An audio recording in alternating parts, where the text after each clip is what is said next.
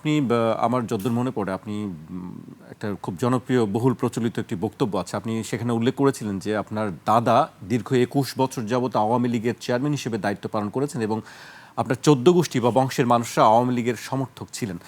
একটা বিপরীত জায়গা আওয়ামী লীগের রাজনীতি বা আমি যদি জামায়াত ইসলামের রাজনীতি ধরি বিপরীত জায়গা, সেই বিপরীত জায়গা থেকে আপনি জামায়াত ইসলামীতে আসার কারণ কি? আমার দাদার বাবা ওনারা বা দাদার চাচা, আমি তো অত দূর পর্যন্ত ভালো জানি না, ওনাদের সময় ইউনিয়নের মেম্বার ছিল। এরপরে চাচা তো দাদা, আমার দাদার ভাই যেটা, উনি চেয়ারম্যান ছিল ২ বার। এরপরে দাদার শালা, উনি ছিল জামাত ইসলামী থেকে, আব্দুর রশিদ, একবার ছিল। এরপরে মানে দাদার বোনের ছেলে মানে আমার চাচা, উনি ছিল ২ বার আওয়ামী লীগের সময়। তো ওই সময় তারা হয়তো ওই যে জাতীয় পার্টিতে ছিল। পরবর্তীতে আওয়ামী লীগ আসার পরে আমাদের জানেন ওই এলাকায় মাহবুবুল আলম হানিফ একচ্ছত্রভাবে এলাকা নিয়ন্ত্রণ করে। মানে জোর করে হলেও তারা সব আওয়ামী লীগের সাথেই মিলেমিশে থাকতো।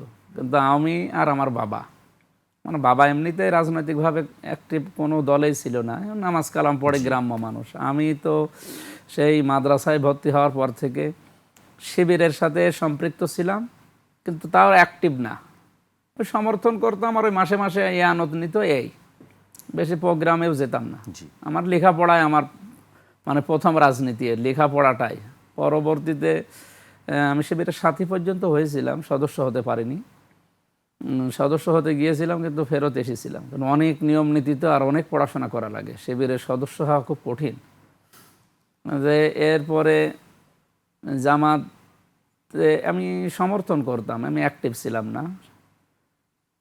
তো কোনোদিন আওয়ামী লীগকে সমর্থন করেনি বা ভালোবাসিনি বা ওই দলে যোগও দেয়নি। আমার দাদা, চাচাতো দাদা যেটা, ওনারা যেহেতু আওয়ামী লীগের সাথে সম্পৃক্ত ছিল, আমারে বহুবার বলতো যে মাহবুবুল আলম হানিফের সাথে বা ওনার ভাই যে আতাউর রহমান আতা উপজেলা চেয়ারম্যান ছিল, এদের কাছে যেয়ে হাতে হাত দিয়ে ওই দলে যোগ দিয়ে একটা কার্ড বানিয়ে দেয়, তাহলে সারা দেশে আর মাহফিলে, তাফসির মাহফিলে, ওয়াজ মাহফিলে কোনো বাধা দেবে না। কারণ আমার খুব বাধা দিত। আমার তো ১০০টার প্রায় ৯০টা মাহফিলে ১৪৪ ধারা জারি। আমি যাওয়ার আগে দেখা যাচ্ছে ৪৪ ধারা জারি। এই ঝামেলা যেন সামনে আর পোহাতে না হয়, এই জন্য বারবার তারা এই চেষ্টা করে না, না আমি আওয়ামী লীগ করবো না, আর আওয়ামী লীগ আমি পছন্দ করি না, কারণ ওদের কাজ কারবার আমার কাছে ভালো লাগে না। তো সেই হিসাবে আমার বাবা সহ যারা চাচাতো দাদা আছে, চাচাতো চাচা আছে, গ্রামবাসী যারা, এরা আমার সবার বিরুদ্ধে ছিল। ওই যে আমি জামাতের ঘেঁষা, এই জেলে গেলাম ৩ বছর, জেল খেটে আসলাম তো এই কারণে। আওয়ামী লীগে যদি আমি করতাম বা সাপোর্ট করতাম, ওই সময় যদি ফল দিয়ে আমি ওই দলে যোগ দিতাম, তো জেল খাটা তো দূরের কথা, আমার তো পদে দিয়ে দিত।